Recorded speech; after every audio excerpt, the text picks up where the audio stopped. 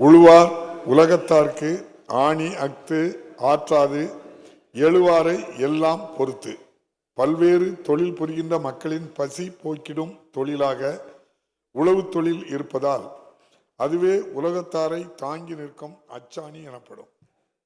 இரங்கற் குறிப்புகள்.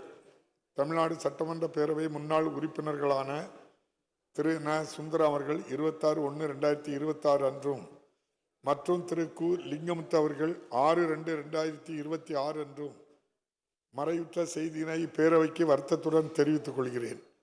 திரு ந. சுந்தரம் அவர்கள் 1996-2001 மற்றும் 2006-2011 ஆகிய ஆண்டுகளில் காரைக்குடி தொகுதியிலிருந்து தமிழ்நாடு சட்டமன்ற பேரவைக்கு தேர்ந்தெடுக்கப்பட்டு சீரிய முறையில் பணியாற்றினார்கள். திரு கு. லிங்கமுத்து அவர்கள் 2011-16 ஆண்டுகளில் குடியாத்தம் தொகுதியிலிருந்து தமிழ்நாடு சட்டமன்ற பேரவைக்கு தேர்ந்தெடுக்கப்பட்டு நல்ல முறையில் பணியாற்றினார்கள். இம்முன்னாள் உறுப்பினர்களது மறைவால் அவர்களை பிரிந்து வருந்தும் அவர்தம் குடும்பத்தினருக்கு ஆழ்ந்த இரங்கலையும் அனுதாபத்தையும் இப்பேரவையின் சார்பிலும் என் சார்பிலும் தெரிவித்துக் கொள்கிறேன். மறைந்த இப்பெருந்தகைகளுக்கு மரியாதை செலுத்தும் வகையில் மாண்புமிகு உறுப்பினர்கள் அனைவரும் எழுந்து நின்று 2 மணித்துளிகள் அமைதி காக்குமாறு கேட்டுக்கொள்கிறேன்.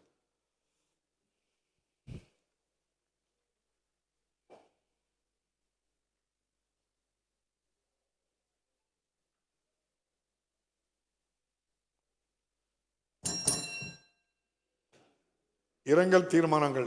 திரு அஜித் பவார் மகாராஷ்டிரா மாநில முன்னாள் துணை முதலமைச்சர் அவர்கள் மறைவு குறித்து தேசியவாத காங்கிரஸ் கட்சியின் தலைவரும் மகாராஷ்டிரா மாநில துணை முதலமைச்சருமான திரு அஜித் பவார் அவர்கள் 28/1/2026 அன்று நிகழ்ந்த விமான விபத்தில் மறைவுற்ற செய்தியறிந்து பேரவை அதிர்ச்சியும் ஆற்றொன்னா துயரமும் கொள்கிறது.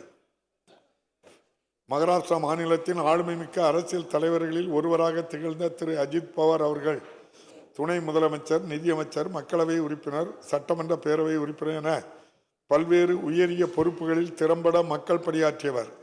அன்னாரது மறைவால் அவரை இழந்து வாடும் அவரது குடும்பத்தினருக்கும் மகாராஷ்டிரா மாநில மக்களுக்கும் தேசியவாத காங்கிரஸ் கட்சியினர் உள்ளிட்ட அனைவருக்கும் இப்பேரவை தனது ஆழ்ந்த இரங்கலையும் அனுதாபத்தையும் தெரிவித்துக் கொள்கிறது.